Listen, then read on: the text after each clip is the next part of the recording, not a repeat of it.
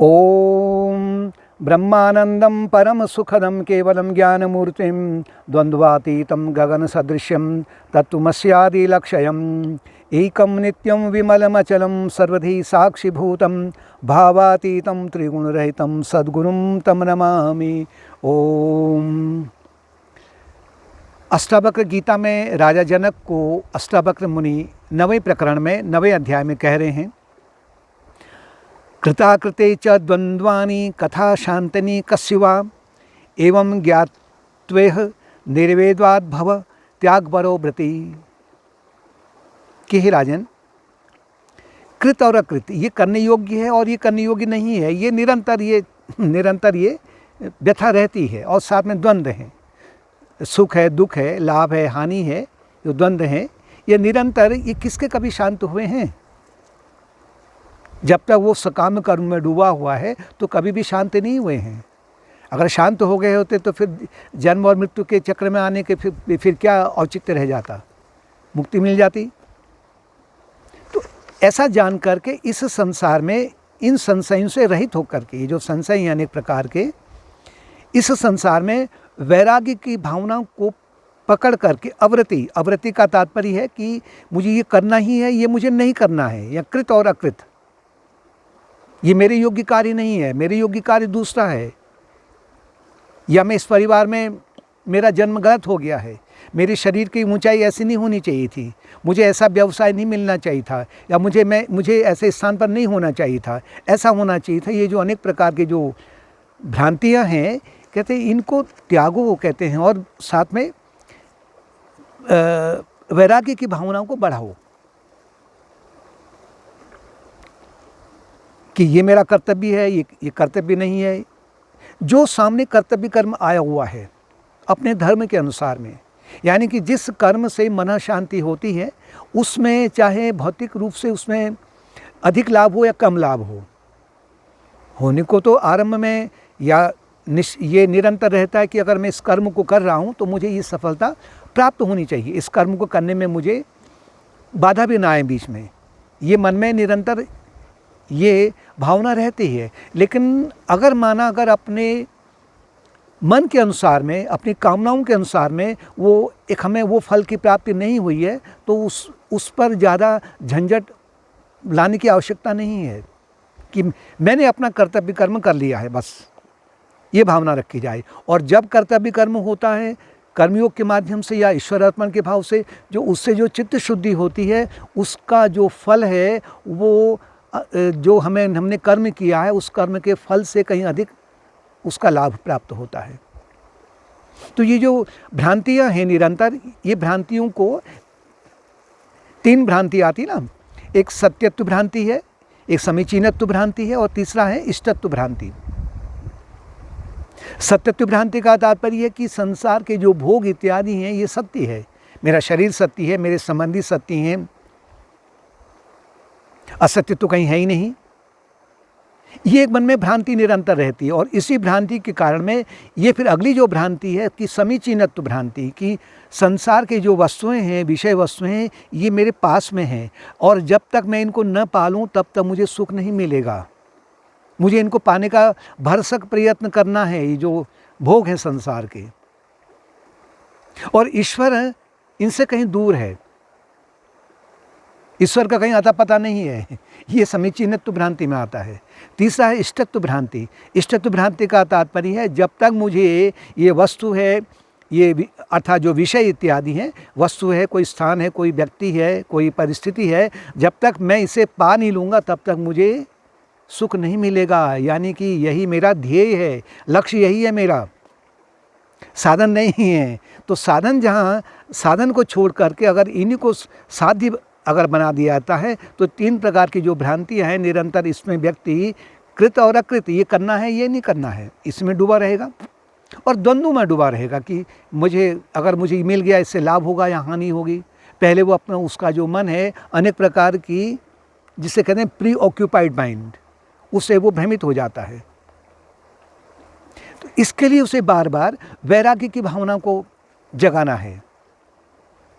गुरु वशिष्ठ कहते हैं श्री राम जी को योग वशिष्ठ में, गर्भे दुर्गंधि भूयिष्ठे जठराग्नि प्रतिपते दुखम मयाप्तम यत्तस्मात्मकनीय कुंभी पाकजम। कि माँ के दुर्गंध युक्त जठर में, गर्भ में आकर के जीव अनेक प्रकार के सुख दुखों को, अनेक प्रकार के दुखों को झेलता है। वो जो दुख है उसके कुंभीपाक नरक से, यानी कि बहुत अधिक उसको वहाँ वेदना होती है। गर्भोपनिषद में भी कहा गया है कि जब माँ के गर्भ में बालक होता है तो उसमें में वो, क्योंकि वो उसमें आत्मज्ञानी होता है, उसे पूरा पता है मैं कहाँ से आया हूँ, मेरा लक्ष्य क्या है, मैं कौन हूँ, पूरा पता है उसे। तो वो प्रार्थना करता है कि अगर इस ये गंदगी से मैं बाहर निकल आऊँगा तो मैं निरंतर अपने मन को अब मैं चित्त शुद्धि के लिए लगाऊंगा। लेकिन वहाँ भी वो भटक जाता है, भ्रम में आ जाता है, वैराग्य को भूल जाता है। साधक को निरंतर ये शास्त्रों का अध्ययन करते हुए, सत्संग का अभ्यास करते हुए, चिंतन मनन का अभ्यास करते हुए उसे ये निरंतर ये विश्वास, ये अपने मन में बैठाए रखना है कि ये सब अनित्य है, संसार अनित्य है। चाहे वो यहाँ के भोग हों, चाहे स्वर्ग के भोग हों, कुछ समय के लिए हैं, फिर इन्हें छोड़ना पड़ेगा। और प्रत्येक जन्म में ये निरंतर छूटते हैं, फिर मिलते हैं, तो ये अनित्य है। लेकिन जो मेरा नित्य साथी है, आत्मन जो साथी है मैं के रूप में, वो तो नित्य विराजमान है। और ये जो संसार के भोग हैं तीनों तापों से दूषित हैं। 3 प्रकार की व्याधियां हैं ना, तभी कहते हैं कि ओम शांति शांति शांति। शांति को 3 बार हम उच्चारण करते हैं। वो ताप कौन है? ताप का मतलब गर्मी है, बुखार आ जाता है बहुत भयंकर।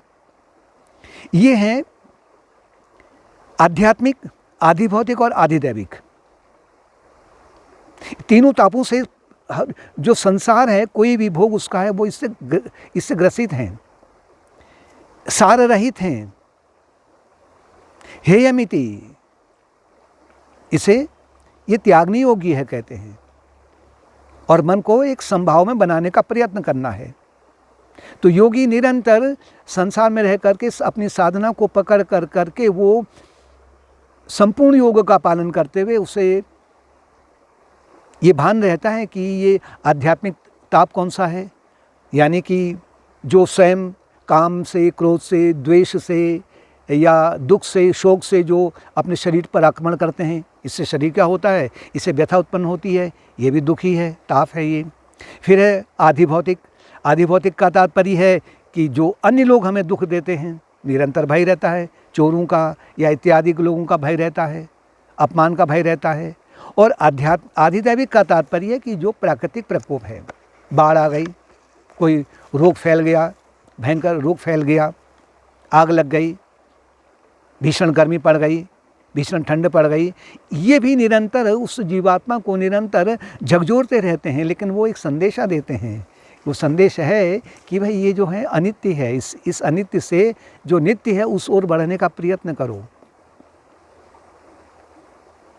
जैसे कि जो संसार के भोगों में लिप्त रहना चाहता है, उसके लिए जैसे कि उसके घर के आगे गंगा नदी बह रही है, लेकिन फिर भी वो किसी कुएं से जल पीना चाहता है, उसका हट है कि मैं तो अपने ही कुएं से पानी पीऊँगा या अपने ही छोटे से नालों से मैं पानी पीऊँगा, मैं क्यों पीऊँ गंगा जल, जबकि बह रही गंगा जल, गंगा नदी बह रही है।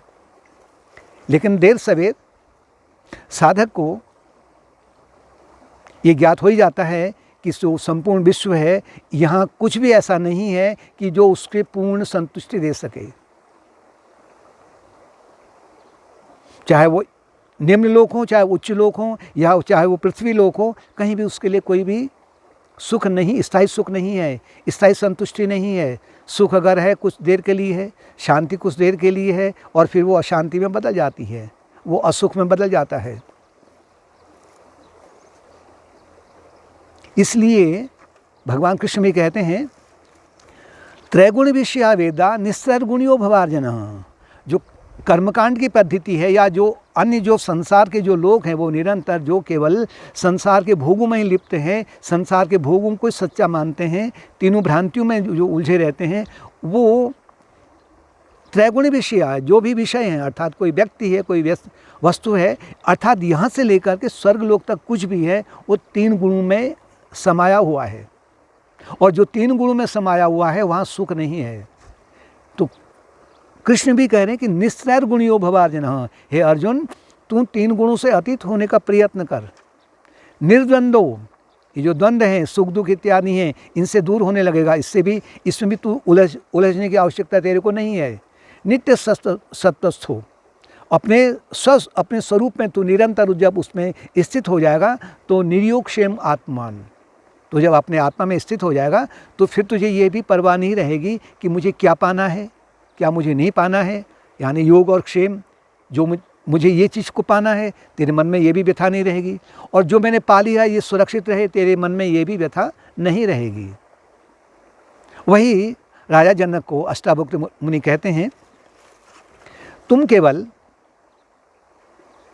संसार में रह करके जो तुम्हारे सामने कर्तव्य कर्म आ रहे हैं, उन कर्तव्य कर्मों को पूर्ण लगन से करो। अगर ऐसा कर रहे हो तो तुम्हारा चित्त शुद्ध होने लगेगा। चित्त शुद्ध होने लगेगा तो फिर स्वयं ही उससे जो प्रक्रिया है उससे कहते हैं त्रिगुणातीत हो जाना, 3 गुणों से अतीत हो जाना।